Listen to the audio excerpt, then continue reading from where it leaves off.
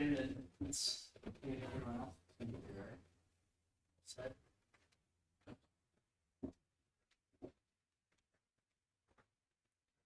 You all set? Yeah. Sorry.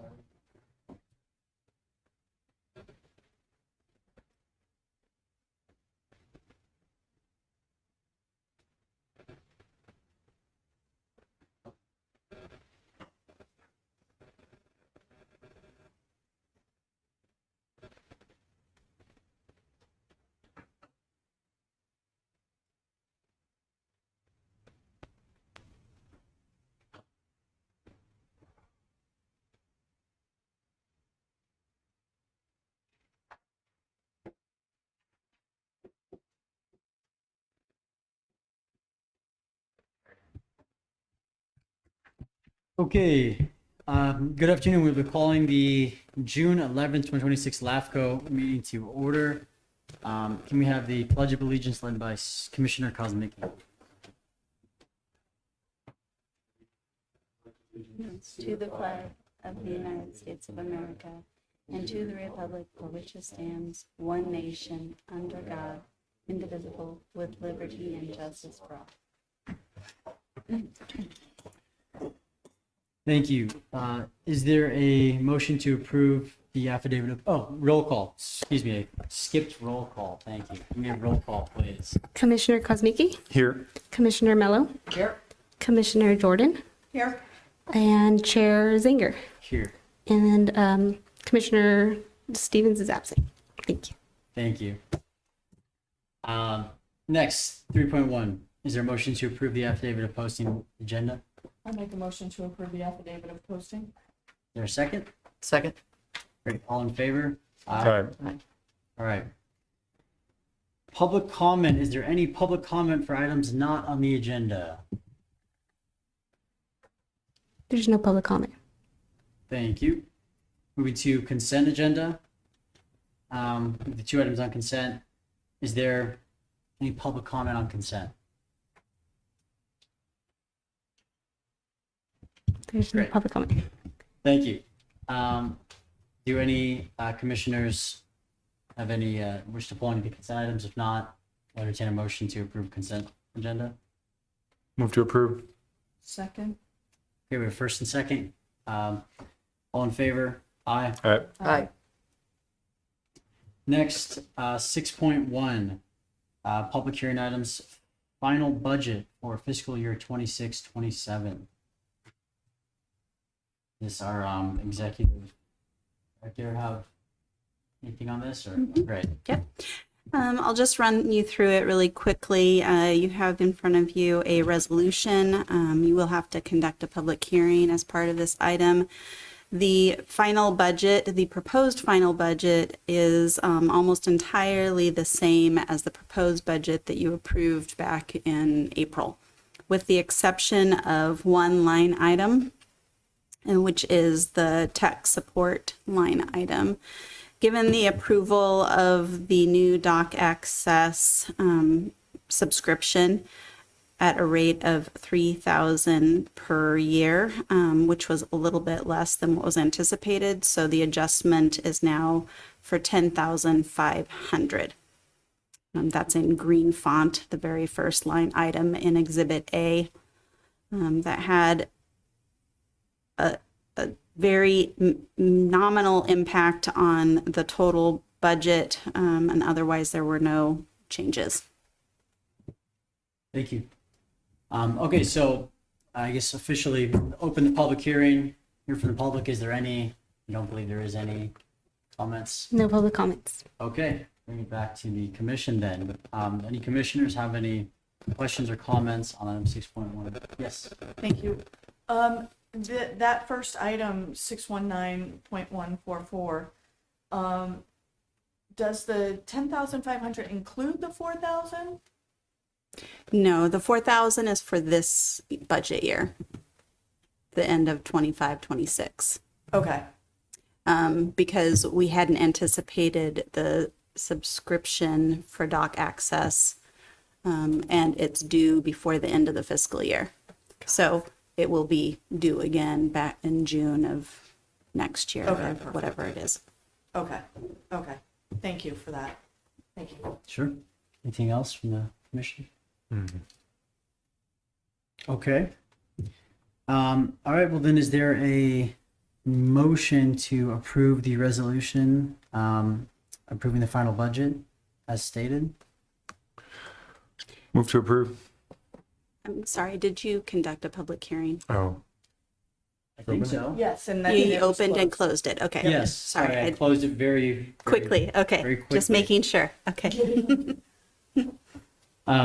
Yes, so it's been open and closed. There's no comment. So now we can, I think, take the motion, right? Supervisor Kuzmicki or Commissioner Kuzmicki, you made the motion. Is there a second? I'll second it. Okay, we're first and a second. All in favor, please say aye. Aye. Aye. Okay, passes. That was all the action we need to take, right? Just proving as stated, that covers it. Is that correct? Yes, that's Okay. everything. Great. 7.1. This is an annexation request from the city of Hollister, I believe. Correct. You have a fairly detailed staff report in your packet. So there's quite a bit of information in there, but to summarize, this is an annexation of a single parcel into the city of Hollister that's 0.26 acres, more or less. It is an already developed parcel that's used as a gas station.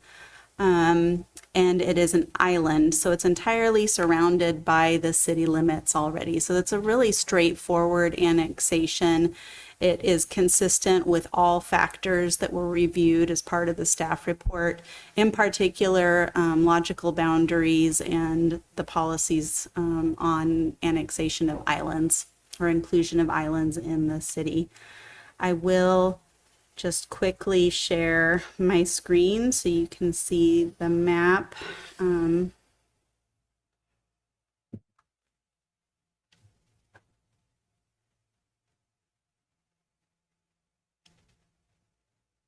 Okay.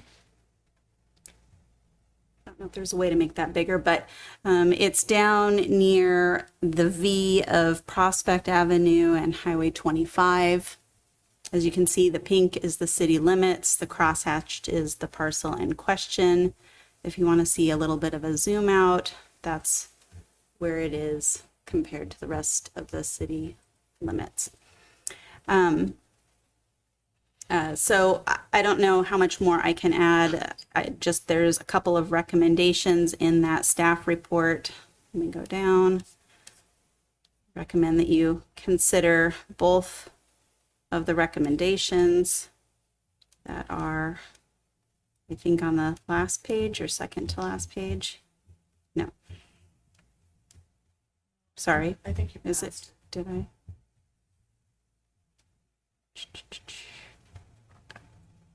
There. Okay.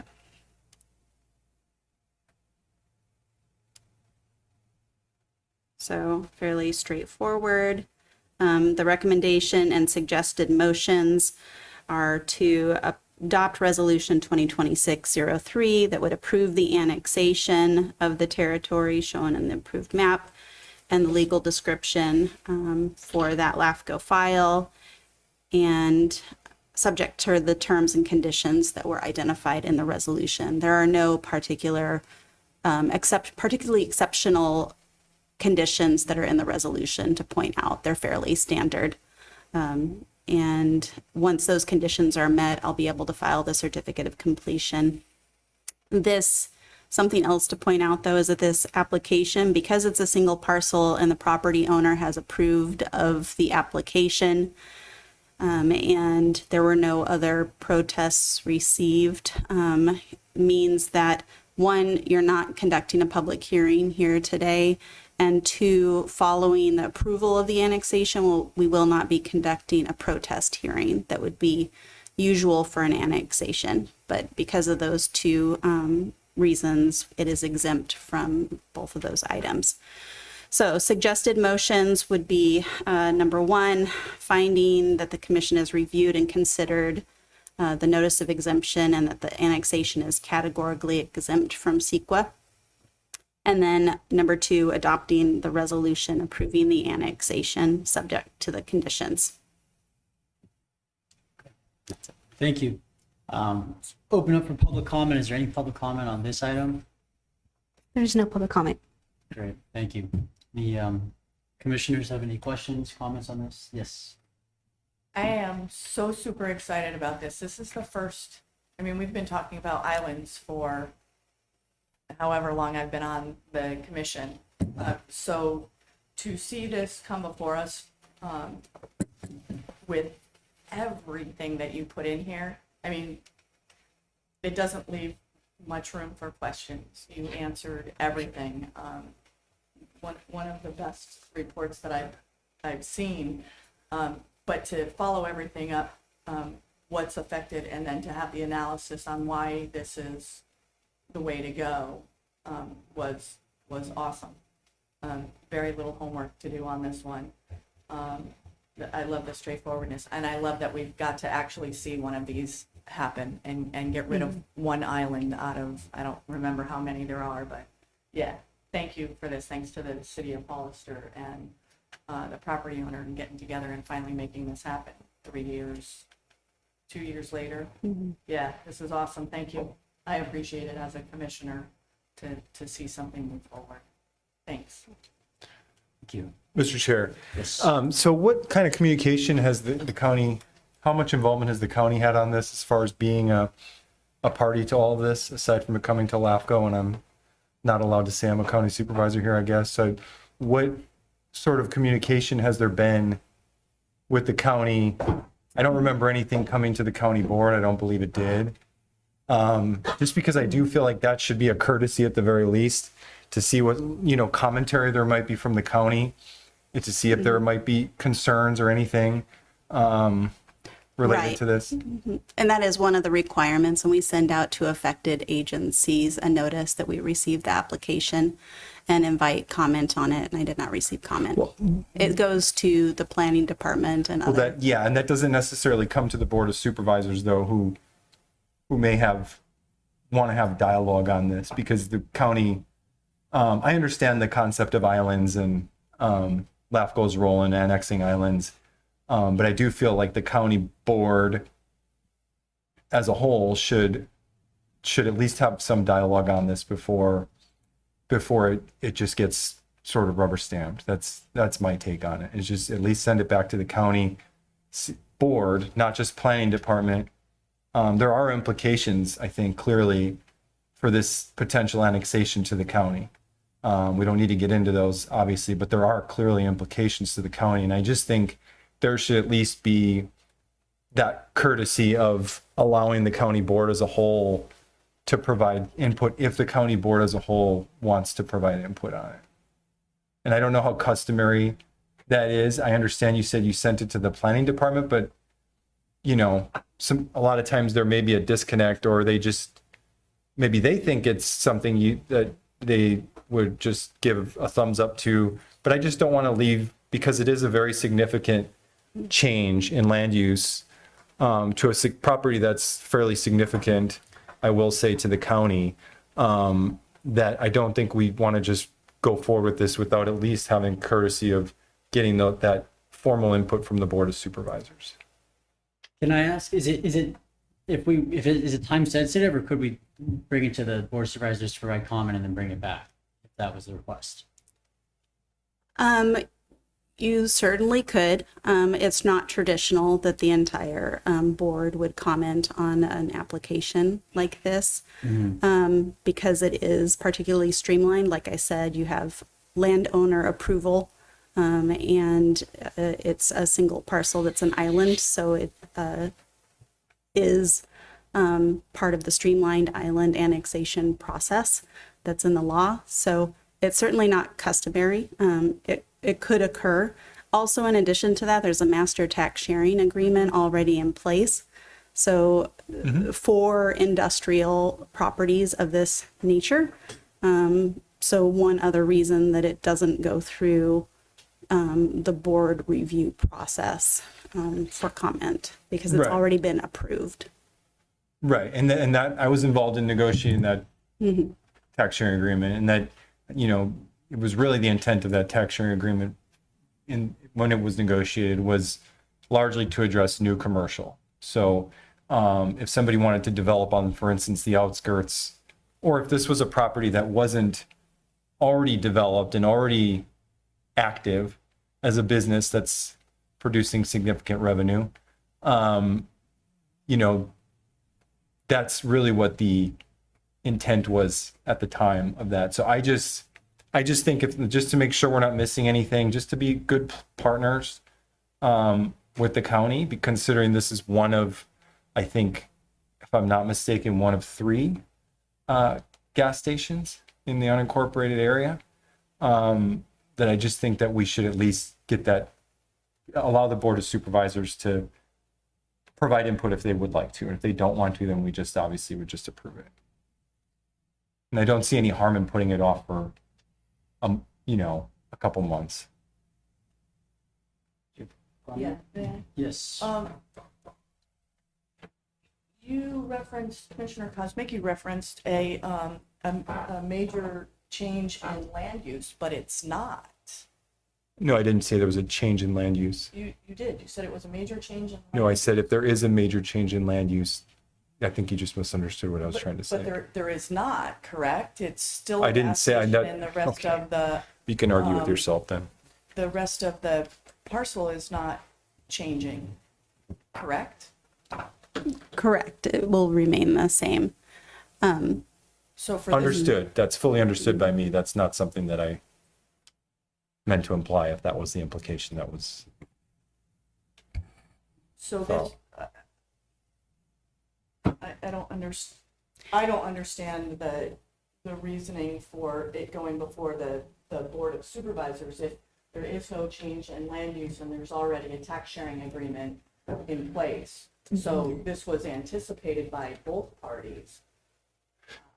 Yeah, my issue is that, you know, the Board of Supervisors is the ultimate decision-making body, not the planning department at the county. So the planning department may not have had any comments that they wanted to give, but maybe perhaps the Board of Supervisors, as the governing body of the county, not a department, may have comments that they want to give. And I just, again, I don't see any harm. I mean, what's the harm in going back to the Board of Supervisors and just saying, look, this is a fairly substantial recommendation. I know it's streamlined and it's a small property, but it's also, I think it's actually one of 2 gas stations now that I think about it in the county.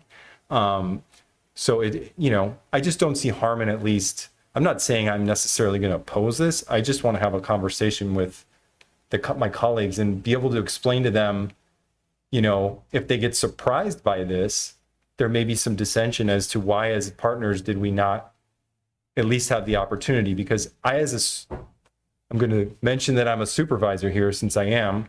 I have not received anything formally from, you know, administration or planning saying, hey, heads up.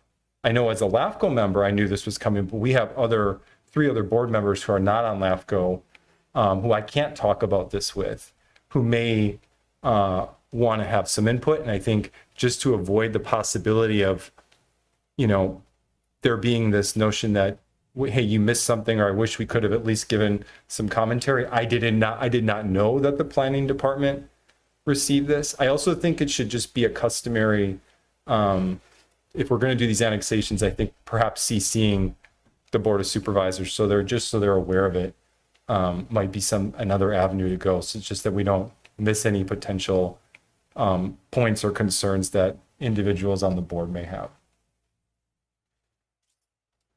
I have one other question, if I may. Yes.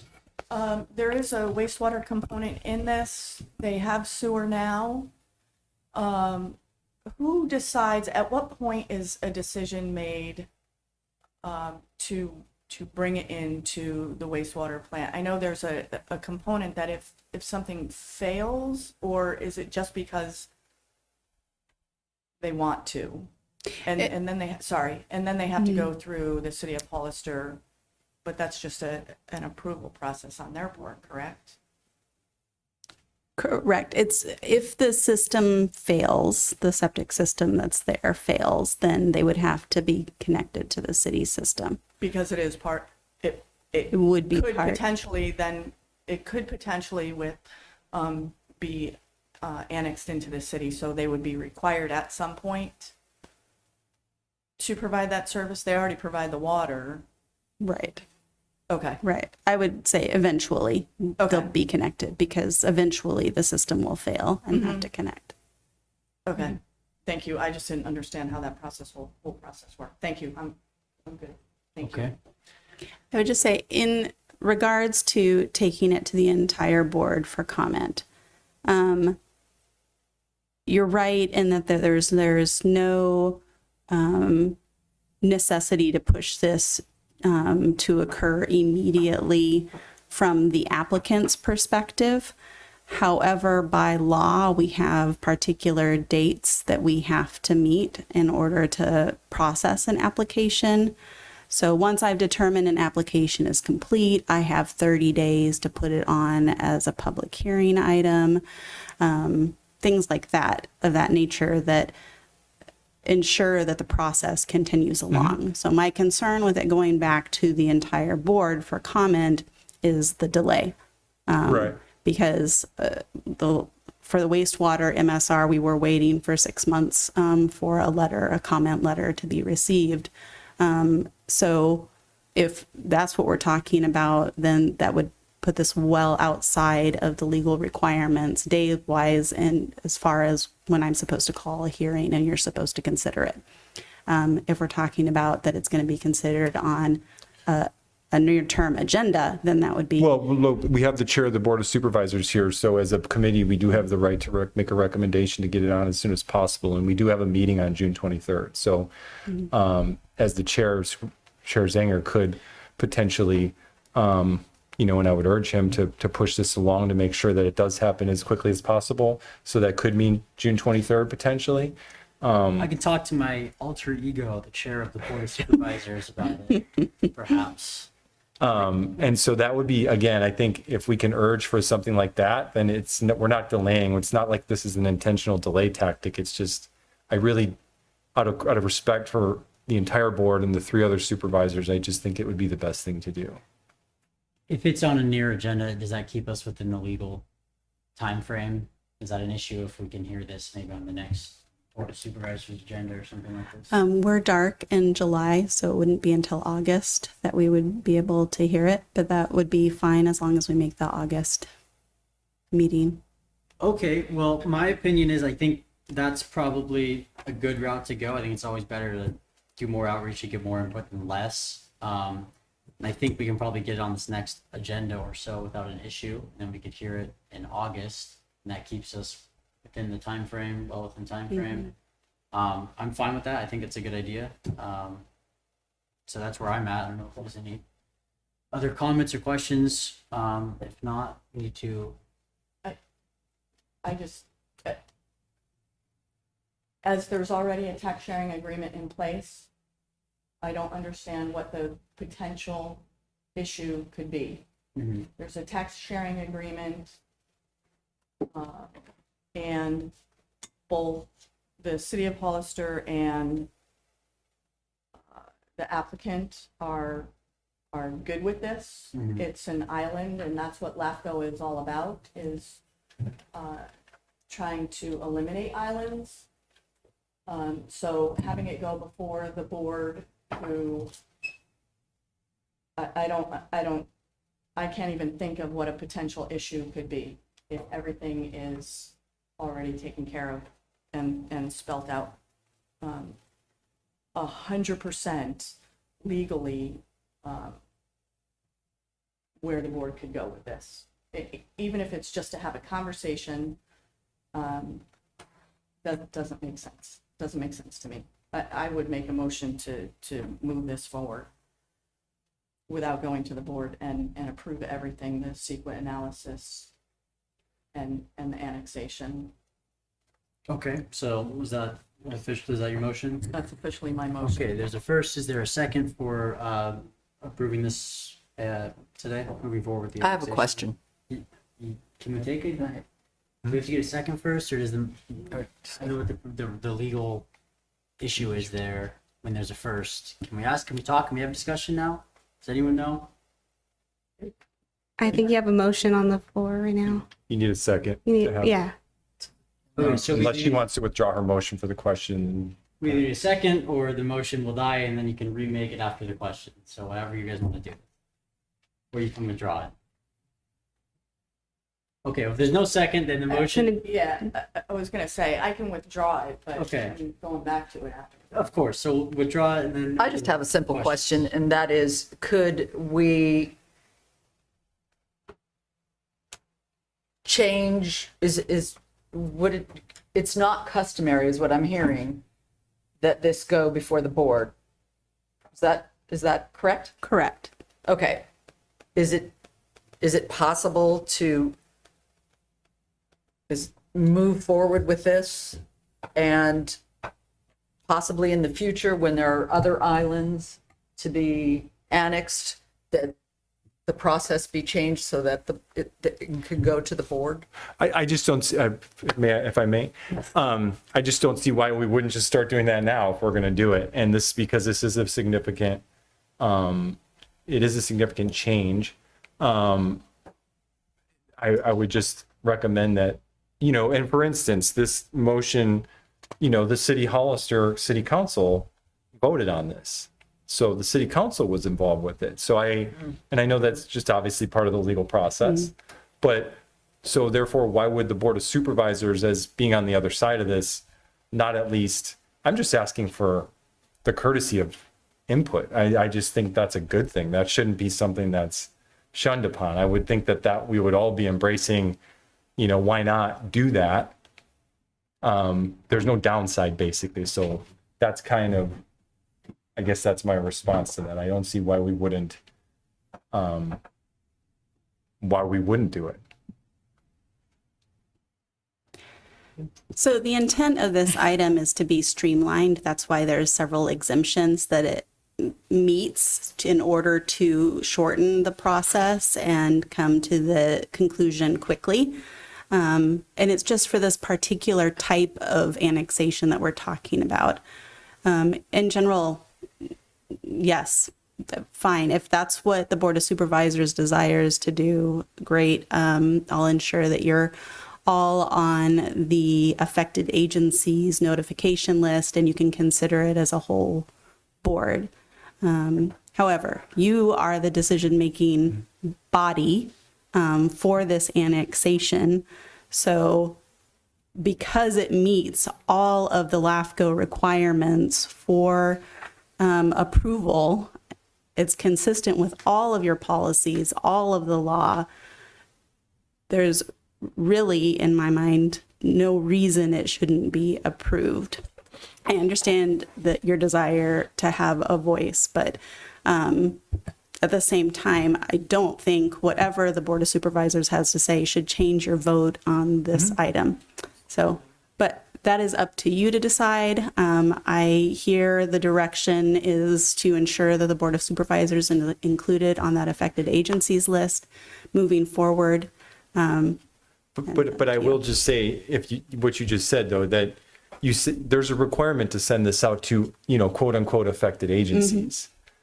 The County of San Benito is the affected agency. It's not the planning department, it's the County of San Benito. And you sent it to the planning department, not the actual governing board that oversees the county. So that's where I truly do believe it would be appropriate for this to go at least to the CEO, who then could communicate, to the board if he or she has any concerns. Because the affected agency is not the planning department, it's the county as a whole. Gotcha. Daisy, can you promote Joshua Nelson to a panelist? Thank you. Yeah, he is part of the panelist now. I think Josh, you- can you hear us?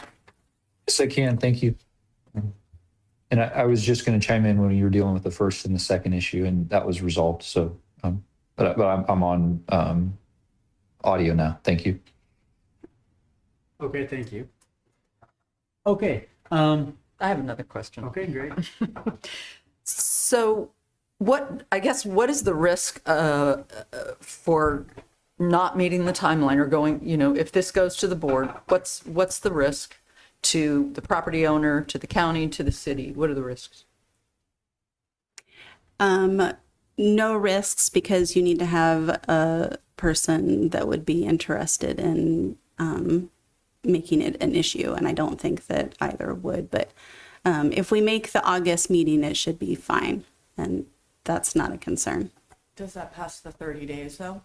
Well, I have already called the hearing somewhat in a manner because it's not a public hearing, but it's on your agenda, so you can table it.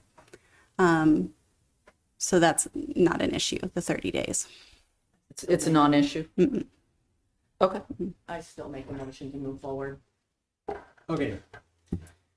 There's a motion then, a first motion on the table to move forward with this today. Is there a second on that motion? Okay, no second on the motion, so then the motion would die. And do we need to make a motion on the recommended action from Commissioner Kosmicki, or is that? Yeah, Mr. Chair, I'll make the motion that I believe that technically we'd be continuing the public hearing, unless Josh can chime in and correct me, to the August meeting in order to give the affected agency, the County of San Benito, and the Board of Supervisors, the governing body of the County of San Benito, the opportunity to provide input. I believe this is not a public hearing though, right?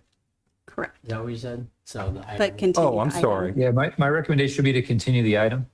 If Sir, If we're continue looking the at item to this, give the yeah. Board of Supervisors the opportunity for okay. input, if they so choose. So there's a motion. Is there a second on that motion?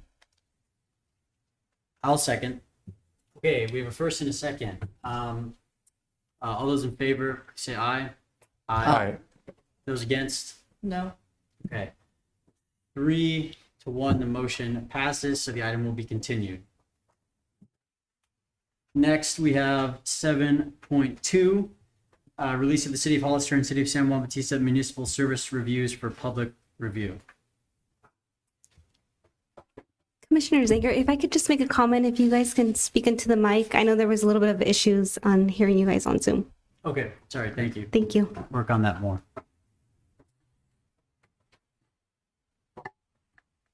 Sorry, I'm sharing my screen. Hold on just a moment. Sure.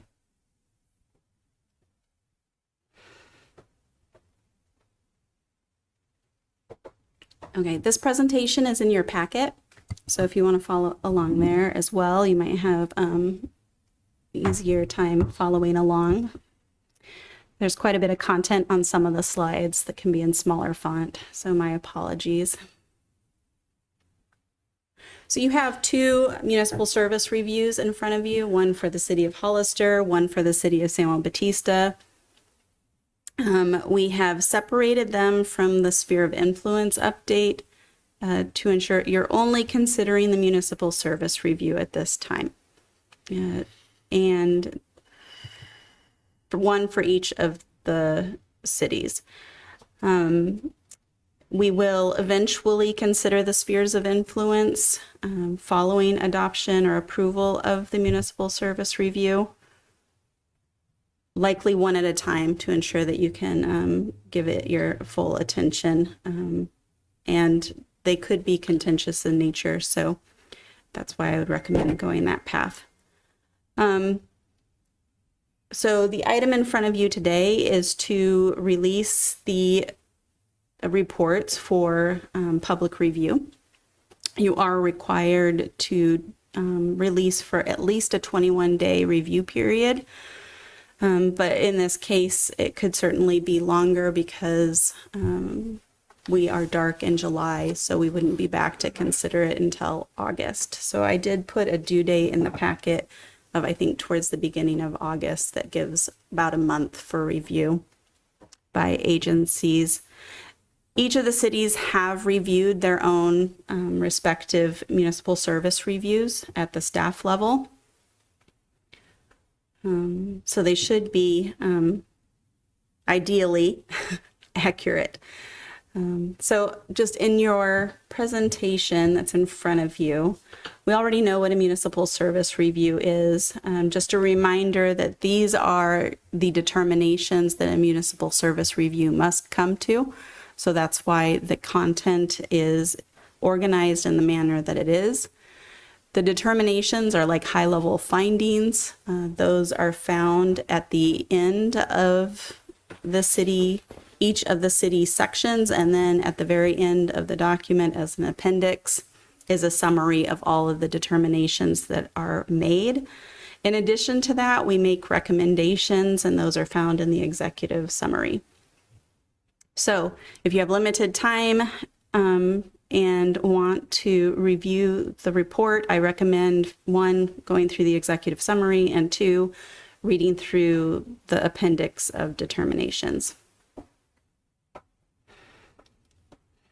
And that is the outline of the reports. Okay, for the city of Hollister, it appears the city is compliant, as would be expected, with Brown Act requirements. The website and public access to information is in line with what you would expect for a public agency. They maintain the required contact information, significant planning documents, and annual budgets online.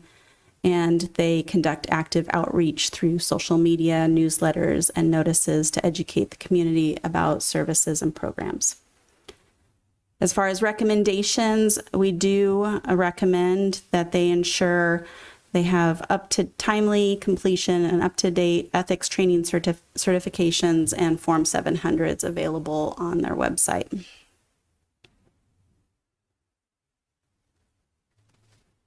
Financially, the city has experienced ongoing financial challenges, including late audits and financial reporting delays.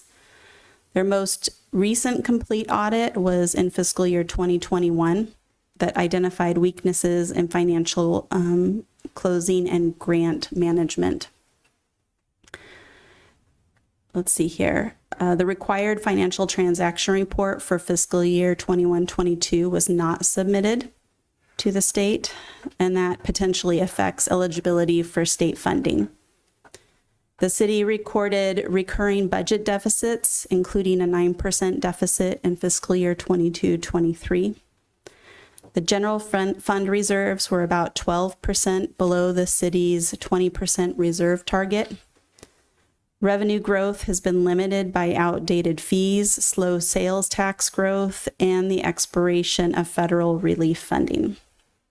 Our recommendations are to complete audits and required financial reports on time, update user fees and enterprise rates to reflect their service costs, and explore new or revised revenue sources to reduce deficits.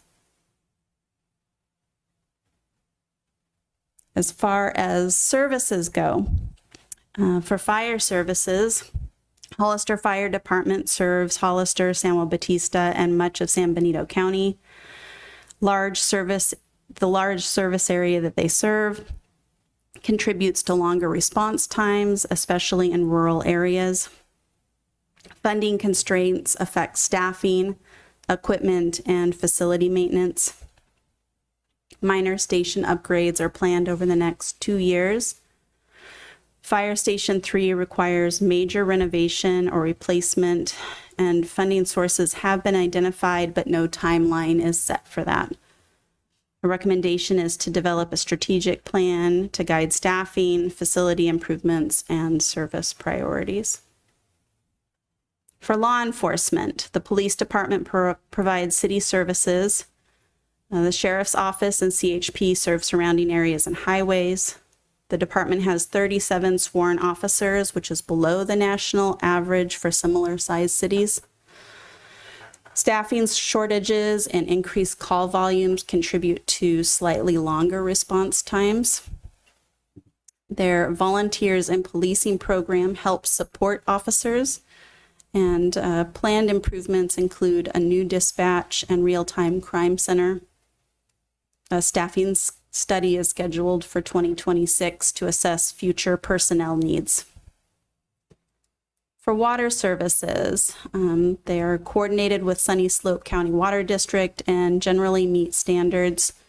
Future population growth is expected to create water storage capacity shortages. Some infrastructure, including water mains, require ongoing maintenance and repairs, and planned maintenance aims to maintain water quality and regulatory compliance. For parks and recreation, the city offers recreation services through parks and shared school facilities. Their current parkland is less than 2 acres per 1,000 residents, which is below the general plan standard. Newer industry standards focus on broader park service metrics, not just acreage. Their planned projects include a new park at Fire Station 2, improvements at Dunn Park, and expansion of fiber optic connectivity to all parks by 28-29. And then stormwater. Their current stormwater service levels are generally adequate. Approximately $12 million in infrastructure improvements are planned over the next 3 years. Storm drain master plan has not been updated since 2011 and contains outdated information. So our recommendation is to update that master plan to better reflect current conditions, future needs, and project priorities. Next, we have City of San Juan Bautista. Similarly, they meet the Brown Act requirements for agendas, minutes, and meeting archives that are accessible online. Their website also has the required contact information, significant planning documents, and annual budgets. They also conduct public engagement with social media, newsletters, etc. And we have the same recommendation regarding ensuring ethics training, and those Form 700s are available, easily accessible and available online. San Juan Bautista's financial position is generally stable. The city reported a positive net position in fiscal year 23-24. General fund reserves meet the city's 20% target, and additional reserves maintained in water and sewer funds. Their current budget priorities focus on managing public safety contract costs and maintaining long-term fiscal sustainability. Their potential revenue strategies include reviewing impact and development fees, pursuing economic development opportunities, and seeking film industry certification to attract productions and tourism. The city plans to invest more than $5.7 million in capital improvement projects over the coming years. These planned investments are street improvements, utility infrastructure projects, accessibility upgrades.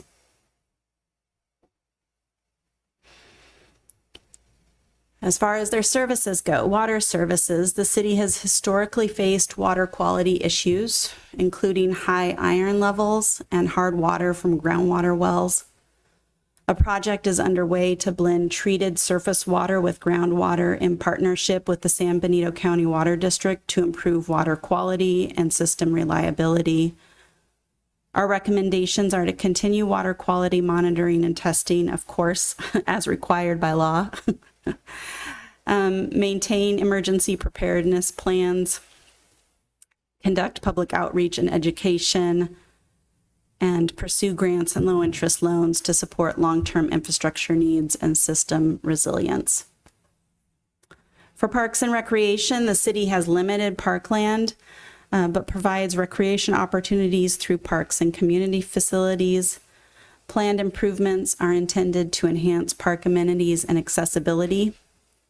Our recommendation is to use the National Recreation and Park Association Park Metrics system to evaluate their service levels and guide future planning, with a focus on community needs, facilities, and population served rather than park acreage alone.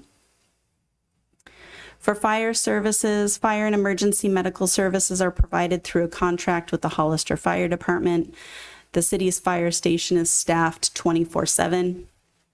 A new service contract has been approved through 2029. Future contract cost increases may present challenges. Our recommendation is to monitor contract performance costs and consider alternative service delivery options such as the formation of a new fire district. Law enforcement. Law enforcement services are provided through a contract with the San Benito County Sheriff's Office. One deputy is assigned to serve the city. Current service levels are generally adequate. Staffing remains below the national benchmark of approximately 2 officers per 1,000 residents. The current contract has not been updated since 2017. Our recommendation is to update the contract if service enhancements are needed. Consider provisions for additional sworn officers, infrastructure improvements, and other service level enhancements as part of the contract negotiations. So we had substantially drafted the report as of December 2025, but in that time frame, some changes have occurred. Most of those changes, or no substantial changes, occurred in the services section. The changes were really focused on general plan and planning documents. So the City of Hollister adopted an updated 2040 general plan and housing element, and the City of San Juan Bautista shared a draft of its ongoing infill targeted general plan amendment that it's conducting. So in December of 2025, the city had reverted to its 2035 general plan that was adopted in 2005 after repeal of its updated general plan. The city was out of compliance with the sixth cycle housing element that is a legal requirement, and their noise element was not included in that 2035 general plan as required. However, following the statutory 1-year waiting period under California Elections Code, the city adopted a revised 2040 general plan that addresses the previously proposed sphere expansion of approximately 3,000 acres of primarily ag land that was proposed in the repealed general plan. The updated general plan now proposes a more conservative sphere expansion, particularly in the southern portions of the city limits, which include vacant land with residential and mixed-use designations. So in total, the sphere boundary, including existing and proposed sphere areas, is estimated to encompass approximately 1,645 acres. So I have a map for you in there. May be hard to see if you're looking at black and white. But the primary area, I wonder if I can, I can, look at that. Okay. The primary area where the sphere is expanding outside of the city limits is this, it's the dashed yellow line, and it's right here to the south of the city. If you can see that right here. There are a couple of other areas where you can see a yellow dashed line extending out somewhat, but that primary area is just to the south.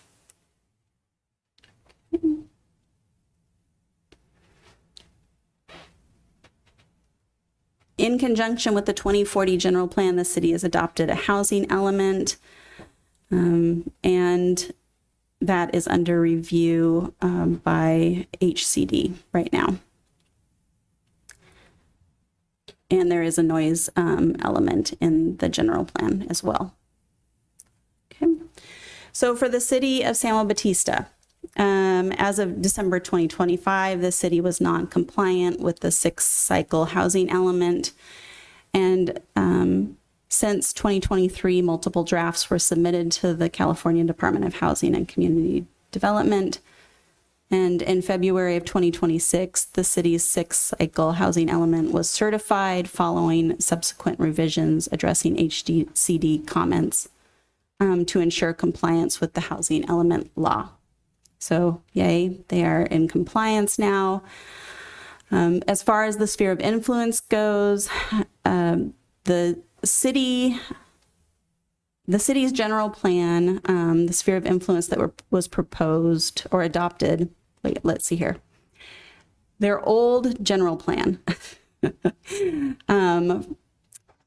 the sphere of influence that was proposed as part of the general plan never came to LAFCO. So the current sphere of influence continues to be the 1998 sphere that was approved by LAFCO at that time. So an urban growth boundary and ad hoc committee was appointed to review the sphere and urban growth boundary options to address this inconsistency. And following various meetings and community workshops since 2021, the ad hoc committee recommended an inward-focused growth strategy that includes a sphere of influence that's coterminous with the city limits and an urban growth boundary that is even smaller than the city limits. To ensure the general plan is aligned with the proposed sphere, the city is preparing an infill targeted general plan amendment focused on policies, land use designations, and development standards to support growth within the existing city limits. There is a map in the presentation so that you can see the white being the city limits. The red is the LAFCO adopted sphere of influence. I know that's the pink. And then the general plan proposed sphere of influence is red. And when we say general plan proposed sphere of influence, that's from 20 years ago. That was never adopted. At present, this is what the proposed sphere of influence looks like, with the dotted line being the same as the city limits and the lime green being the urban growth boundary. And that's it.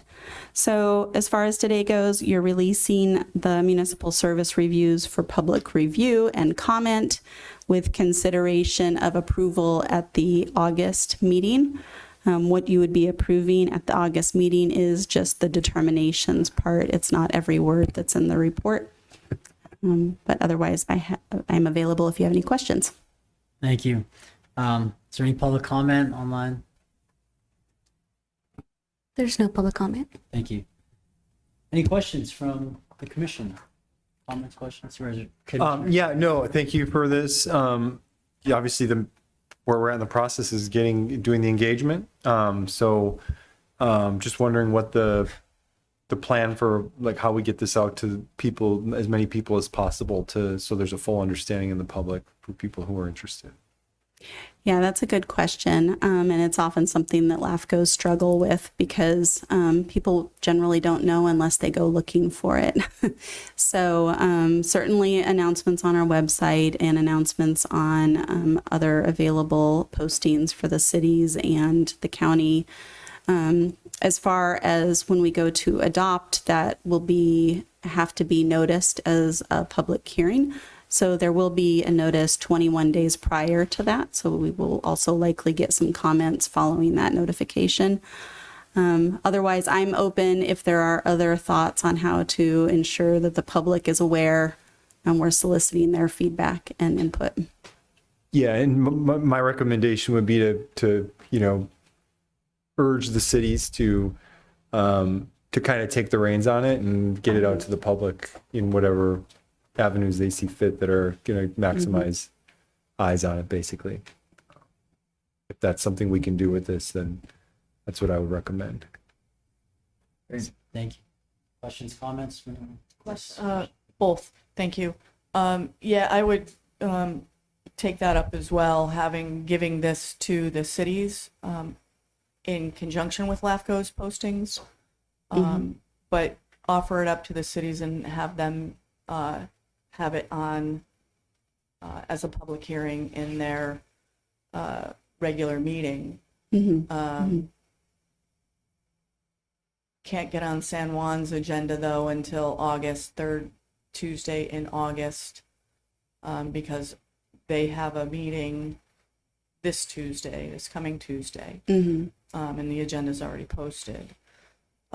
So it couldn't go before the council, but they can surely put it on their website and announce it that way. We can also, if timing doesn't allow because of dark meetings in July, we could certainly push it back to September. If that's the desire of the commission. Hollister could probably get theirs on the last week, but that's probably pushing it too. So a recommendation would be to have both cities put it on their websites and agendize it.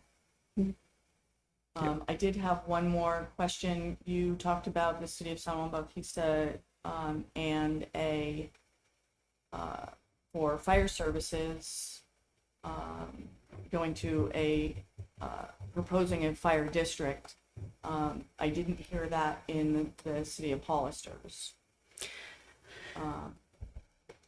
So if that were noted as a recommendation. Yeah, and we do bring up the topic of fire districts and both as options. It hasn't been analyzed yet. It's a consideration. Yeah. Thank you. As an option. Thank you. Okay, so as far as those recommendations go to urge the cities to kind of get the word out, is that something that you could take care of as far as emailing cities, people that would be necessary, just responsible, whether it's... Yeah, definitely. Okay. I'll ask them to post it and to agendize if time allows. Are we still aiming for August or September?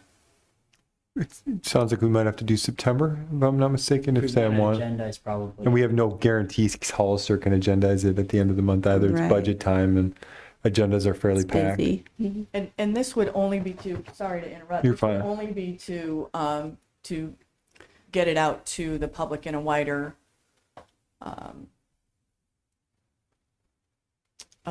venue, because the cities have both seen this already, so they're fully aware of what's going on, and they've seen it. They've put their input in, re-recommended by LAFCO what to do. So this is just to get it out to the public if they have any comment.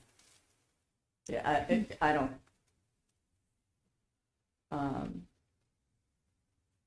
Whatever the consensus is for the commission, I'm fine either way, August or September. Yeah, if there's a will to agendize, I think just to be safe, just because we don't, there's a So then chance you September. can't get it, maybe push for due September, or just make sure that it's agendized at some point by August, and then comes back to us for September approvals. If Okay. we're ready. I have a question. Mm-hmm. So these are already available to the public because they're on the website, right? Or connected to the, I have not posted them on the website yet, but they are in the agenda packet. Yeah. So people do have access if they had a will. okay. And I'm just thinking about the media and if they have will they question us at all? Or Generally, media inquiries are made to me directly. okay. And so if someone were to question one of us, we would direct them to you. Yes. Okay. Thank you. Okay. Okay. In that case, is there a motion then to, I guess, open the public review period and set the public hearing for September? That would be the motion. Again, I just want to be clear, because I know we're commissioners up here, but I'm okay either way as long as there's a good amount of outreach. But if there's a will to agendize on meetings, then I think it would be the prudent thing to do to set it for September. If there's not a will to necessarily agendize, then stick with this recommendation. I can go either way.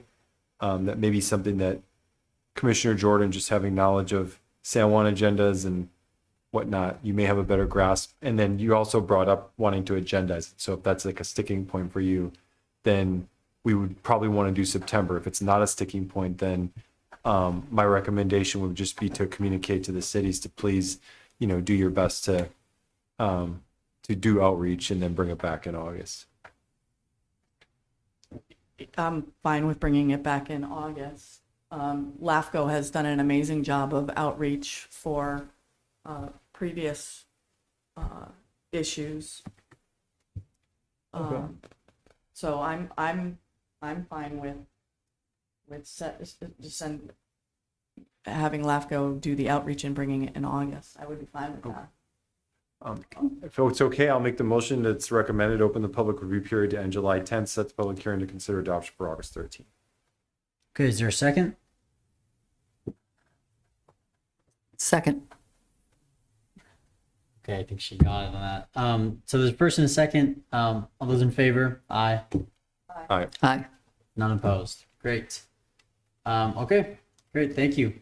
Did I do public comment on that? I did. 7.3. This is draft AI policies for review.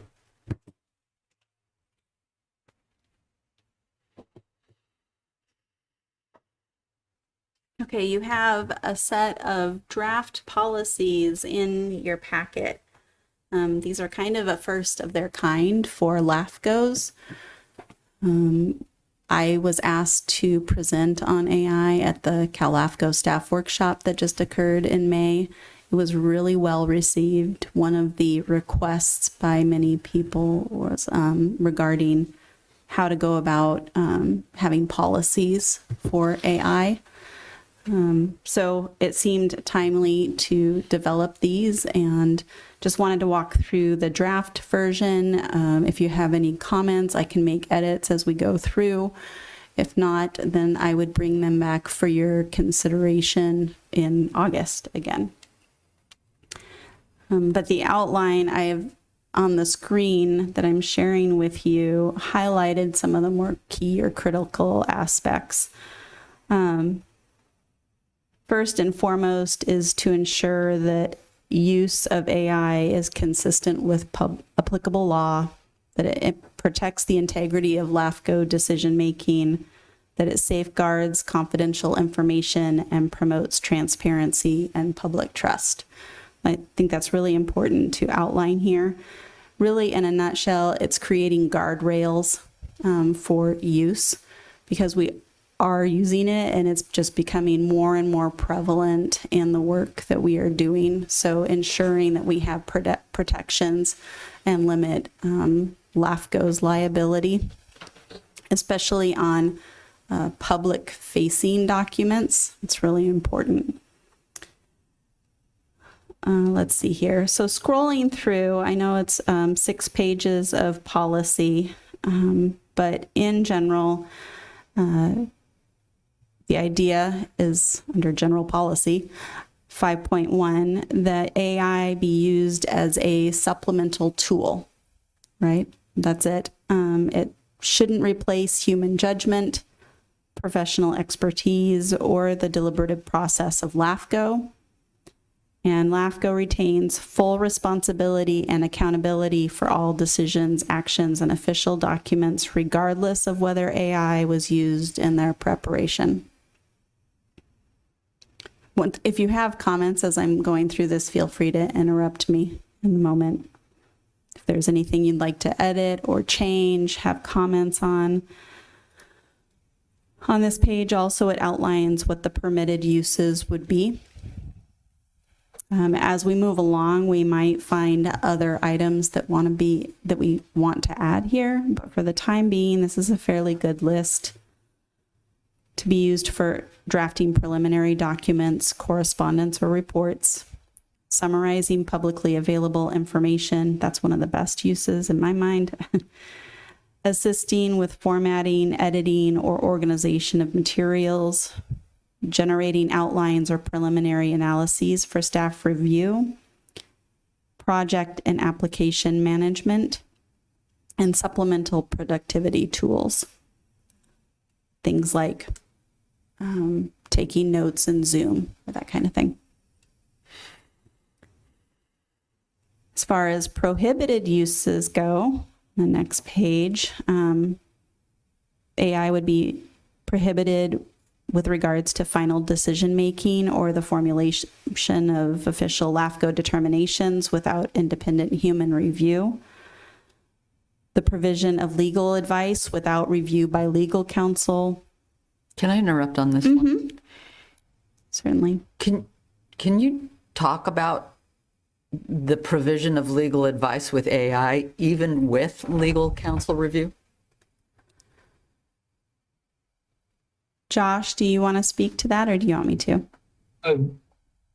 Sure. I mean, I think, AI certainly can be helpful in coming to an initial, doing initial research or providing an initial answer to a legal question.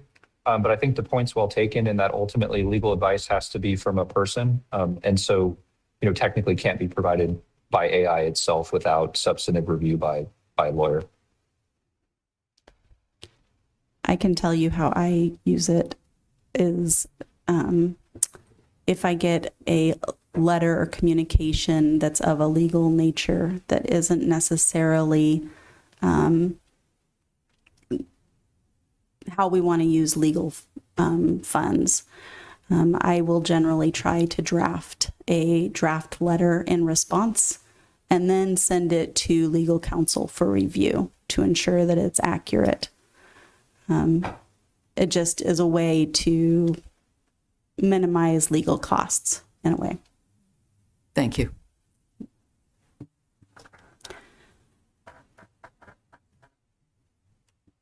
I would never ask it for legal advice, though, I have to say. Kind of a weird concept. Yeah. The next one is inputting or processing confidential, privileged, or sensitive information, including but not limited to personnel records, litigation materials, non-public agency data, into open AI systems that do not provide confidentiality protections. And you'll see this later, but it's in particular for those free AI systems that we use where you don't have an account that's, if it's a paid account, then a lot of your information can be protected. You have to read the agreement though. But for those free versions, oftentimes it's readily accessible by the public. Using AI in a manner that interferes with the basis for LAFCO decisions, circumventing the requirements of the Brown Act or other open meeting laws, and any use that violates applicable law, regulation, or other LAFCO policies. All AI-generated content should be reviewed or shall be reviewed by LAFCO staff prior to use in any official capacity. That's just necessary. The individual utilizing the AI tool shall be responsible for ensuring the accuracy, completeness, and appropriateness of all content. I can tell you this is really important. I have been researching on AI before and have it make up government code. Totally made up citations. And AI has no authority or responsibility of LAFCO shall be delegated to an AI tool. I think that kind of goes without saying, but just to cover all of our bases. Obviously, we need to have independent verification of the content that's provided by AI. All information must be confirmed, supported by reliable and authoritative sources and real government code. Citation in LAFCO documents shall reference original source materials, so I wouldn't be referencing AI, I would be referencing the government code if that came through AI. Additional scrutiny shall be applied in matters involving policy recommendations, boundary changes, or quasi-adjudicatory decisions. Page 4, let's see here. This is an interesting item that we had great discussions about, and it's the records that are created by your AI use. So the conversation that you're having in your AI platform is really a public record. So we do have to abide by our public records policies, the Public Records Act. So anything that I use, and I do have a paid subscription, so I have documented past history of everything that I've input into AI, but a member of the public could certainly request it if they wanted to, and I would have to provide it.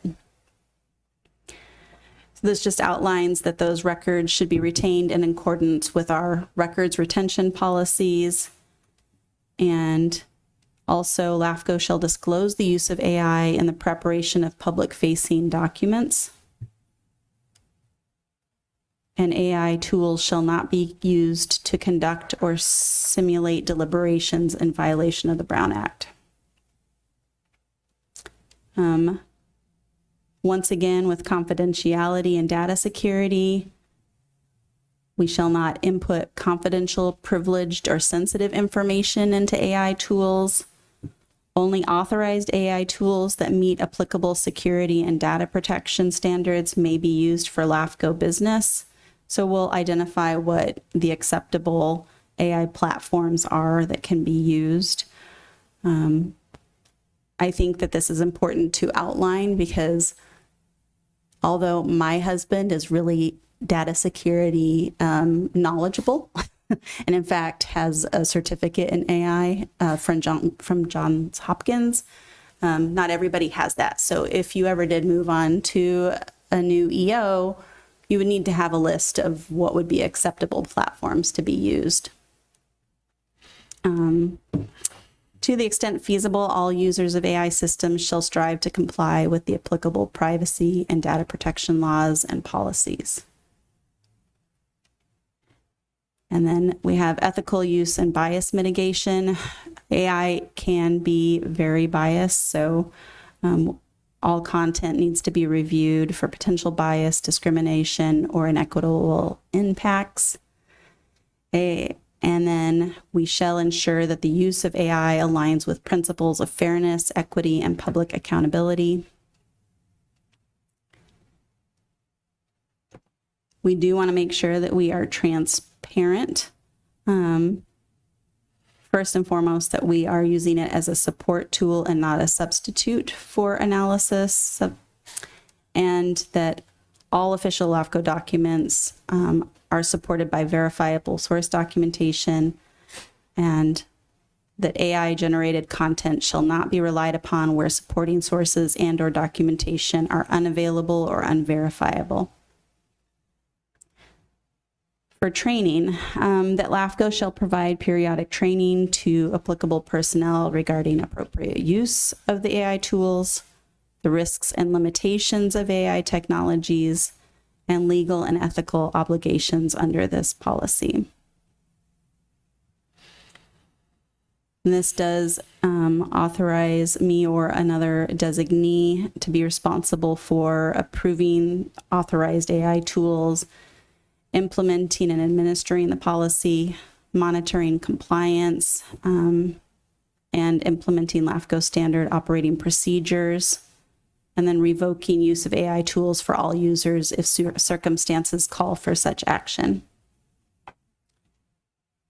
So for enforcement, a failure to comply would result in revocation of access to AI tools and disciplinary action consistent with policies. And finally, let's see here. I think this is very interesting, and we'll have to start using this, but a disclosure statement to be used on the documents where we have used AI, and it's highlighted there. This document may have been prepared with the assistance of artificial intelligence tools. All content has been reviewed and verified by LAFCO staff for accuracy and compliance with applicable laws. I think that that's a great idea to start putting into practice. And finally, what the contracts with vendors providing AI tools must include provisions for, it has quite a bit to do with data ownership, transparency, etc. So that being said, are there any comments, changes, edits that you would request, or thoughts? Thank you. Is there any public comment on this? There's no public comment. Thank you. Any questions or comments, changes from the commission? Yes. I had to laugh when I was reading this, and I appreciate the effort that went into doing this. AI can be used for good and bad, and I don't think that everybody fully understands that it makes stuff up. So to put this in writing was, I'm sure, 100% needed. But yeah, it's thanks for doing it. If common sense were common, everybody would have it. I have a question. So on 10.3, I kind of got stuck on that with the where appropriate, but then I see that you have the optional disclosure statement. So I'm just stuck on the where it's appropriate. Does that mean that when AI is used in public-facing documents, that we're going to use this optional disclosure statement? That is my intent. I think that it just gives a little bit of flexibility if there's something where it would be odd to have the disclosure statement on it, and I can't think of an example at this time. Okay. I would just put it as maybe a footer or something like that. Pardon? So, I would put it as a footer. A footer. Okay. All right. Thank you. We can certainly remove where appropriate also. Yeah, it would seem to me that we would want to always disclose, wouldn't Make we? it definitive. It's my opinion. Yeah, I'm fine with, yeah. Yeah. I just overall, I think we have to be really careful. This is obviously relatively new technology, and I have a lot of concerns under the larger umbrella of it. So I just would like us to tread lightly on it and not get too wild with the use of AI. That's my recommendation. And just to there be an understanding that, as the executive officer, if you choose to use AI tools to conduct your work and to put together reports, you're still accountable to that information, whether it's accurate or not. So if it's me, I'm staying away from AI more than not. That's just and I know everybody has strong opinions on AI. I do as well. I just think we need to tread lightly because this, I have a lot of concerns about, especially when we get into the law and LAFCO, and it's very complicated, as we all know. And I would just be very careful, and maybe perhaps in a year come back and maybe we have another talk about what breadth of use you're actually using it and the pros and cons of that. Yeah. I would say generally my use is more as a productivity tool, things like Copilot in your Word, where you can be like, format me a staff report that is exactly the same as this staff report with this content, and then I go back through and add in my analysis. So it's more for formatting, for integration of a couple of documents together where the content's already been created, occasional drafting of, like I said, letters, and to that degree, but not anything that has factual data in it. And if it did, I would certainly check the sources, but that's the degree that I'm talking about using it for. Also for the Zoom meeting notes, I found it to be super useful. But those kind of productivity tools is what I'm looking at. Thank you. Great. Good. Thank you very much. Was there a motion that we need on this item? I don't have it pulled up. Okay. Great. Well, thank you. We'll then move to 7.4. This is regarding the Cal LAFCO conference in Sacramento. Right, so the Cal LAFCO conference is in Sacramento this year, which is really accessible. I think in your Let me double check the budget. We had 5, didn't we say? Allowed for 5. Right, for 5 individuals, just because it's so close by and easily accessible, that you might want to consider sending as many commissioners as possible to participate. This year, it's going to be a large election process because every one of the 16 board positions is up for election. We do have in our policies that you must pre-approve commissioners before travel so that they can get reimbursed. And the reason I bring this up is because they're going to be releasing registration soon, and there's an early bird discount if we register prior to, and the deadline is usually mid-August. So, which we will have just had a meeting, and I won't have a chance to be able to get a check cut from the county and registrations to occur prior to that deadline. So I know it's a little early, but if you do have an interest, what I would recommend is sending as many as possible, whoever is interested, and approving it. And then if you decide later that you can't, I can always get a reimbursement for the registration. But that way you have pre-approval. Okay. Great. Okay, so do you mean, how would that, we just have Deciding who to wants to decide go. right Yeah. now? Yeah. And Did this then, last year too. yeah, I'm booked that week, so I can't do it. Other committee obligations. okay. I put it on my calendar. Okay. This one, do we know about Roxanne?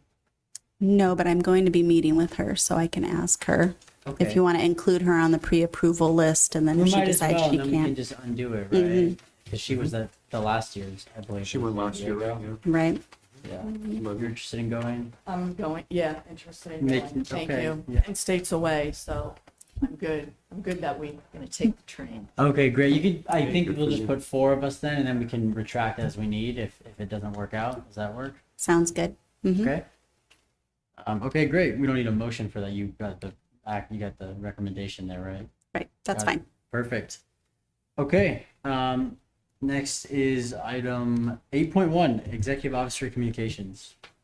Ooh, what did I put on here?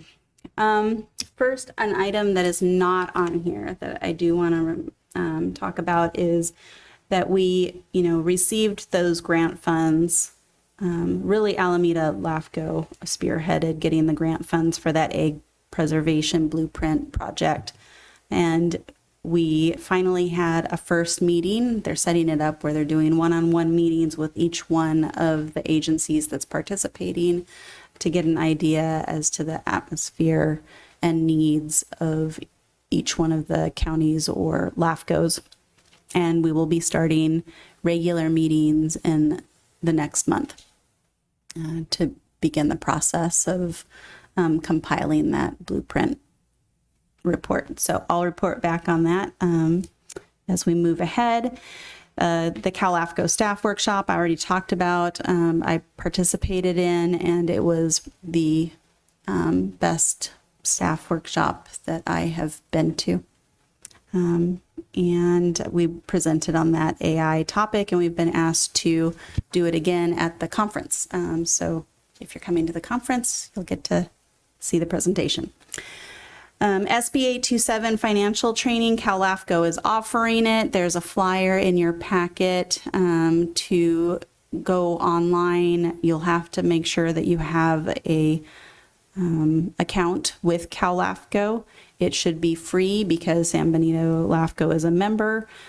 So go on, create your account, and then you can do on-demand financial training that's required by SB 827. However, for all of you, save for Barry, you don't have to complete this until within 2 years from January 1st. So January 1st of 2028 is your deadline for completing this financial training. And I think Cal LAFCO is only planning on keeping it up for the next, till the end of this year. So If you're interested, it's a free and readily available place. I recommend going and doing it. For those that are newly seated, you have to complete it within 6 months. So that's why I single out Barry. And then the CalAFCO board meeting that occurred last month, they created or formed a CalAFCO membership fee ad hoc committee. So they'll be reviewing and maybe restructuring the membership fees. And this occurred like 10 years ago, and it was a big struggle at that point. So we'll see what happens. Generally, there's a kind of a push and pull between the more populated areas and the less populated areas because they feel they're carrying a bulk of the membership costs, which, yes, they are, but they also typically have more funds and resources. So we'll see what happens out of all of it. And then finally, the quarterly update that CalAFCO is doing now, it's included in your packet. I highly recommend looking through it. It's a great summary of all of the efforts that CalAFCO is making right now. And that's it. Thank you. Okay, is there any commissioner announcements or requests for future agenda items at this time? Okay, well, that would conclude the meeting and bring us to adjournment. So we are adjourned. Thank you. Thank you. Thanks, everybody.